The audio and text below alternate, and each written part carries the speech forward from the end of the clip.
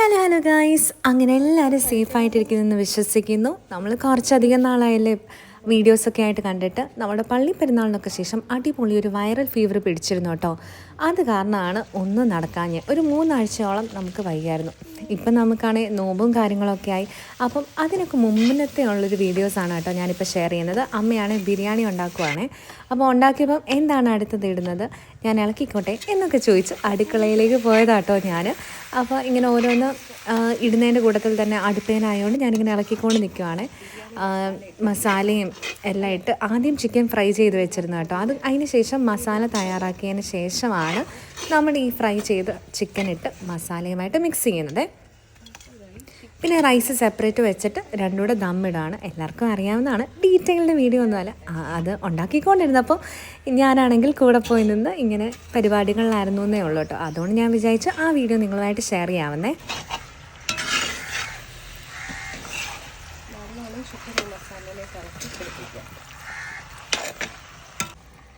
മൂടി വെച്ച് ചെറിയ തീയിൽ വേണം ഇത് ചേർക്കാൻ.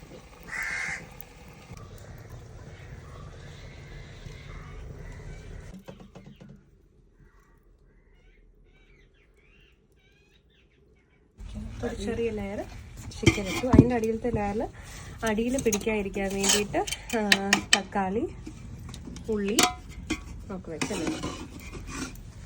ഇനി ദമ്മിടാൻ പോവാണ്.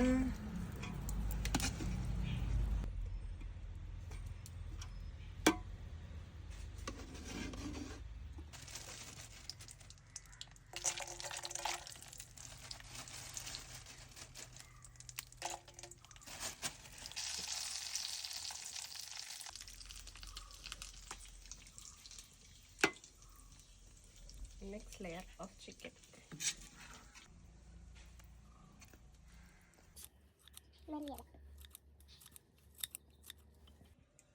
ചിക്കൻ ഇതൊരു ലെയറായിട്ടല്ല,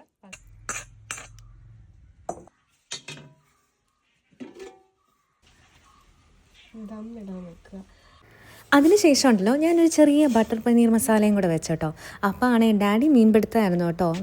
മലയിൽ കോരിയതും അതുപോലെ തന്നെ ചൂണ്ടയെ പിടിച്ചതുമാണ് കേട്ടോ എന്നെ കാണിക്കുന്നത്. വായിലാണോ ചൂണ്ടയെന്ന് അറിയത്തില്ല. ഇതിന്റെ വായിൽ ചൂണ്ടയുണ്ട്. ആ ചൂണ്ട നമ്മൾ സാധാരണ സ്ഥിരം പിടിക്കുന്ന ചൂണ്ട പൊട്ടിച്ചായിരുന്നു.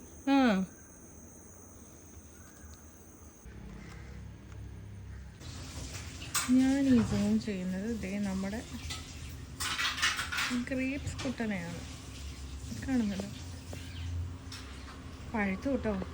നമ്മൾ വിചാരിച്ചത് ഇത് പച്ച കളർ ഗ്രേപ്സ് ആയിരിക്കുമെന്നാണ്, പക്ഷെ അല്ല. നല്ല ആക്ഷൻ ഗ്രേപ്പിൻ്റെ കളറുള്ളൊരു ഗ്രേപ്പാട്ടോ. അതിൻ്റെ ഇപ്പുറത്തുണ്ട്, ഇതിൻ്റെ ഇവിടെ നൈസ്. ഇതായിരുന്നു കേട്ടോ നമ്മുടെ ഗ്രേപ്സ്. ഞാൻ ആദ്യം തൊട്ടേ ചെറിയ ചെറിയ വീഡിയോസൊക്കെ ഇതിൻ്റെ അടുത്ത് വെക്കുന്നുണ്ടായിരുന്നേ.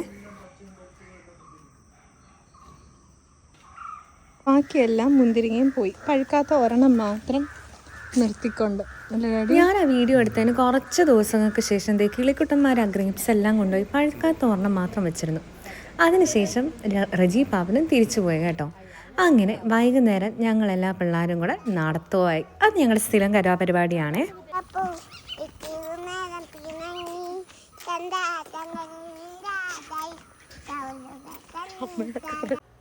അമ്മയാണേലോ പുതിയ നിയമം കംപ്ലീറ്റ് ചെയ്ത് ഇപ്പം പഴയ നിയമം തൊട്ട് ബൈബിള് വീണ്ടും എഴുതാൻ തുടങ്ങിയിട്ടുണ്ട്. അപ്പം അത് തകൃതിയായിട്ട് നടന്നുകൊണ്ടും ഇരിക്കുന്നു. അങ്ങനെ നമുക്ക് പുതിയ മൈക്കും കിട്ടി കേട്ടോ. അപ്പോൾ ഇനിയുള്ള വീഡിയോസിനൊക്കെ നല്ല ലൈവ് വീഡിയോസിന് നല്ല ക്ലാരിറ്റി ആയിരിക്കുമേ. അങ്ങനെ അടുത്തൊരു വീഡിയോ ആയിട്ട് കാണുന്നിടം വരേക്കും take care and God bless.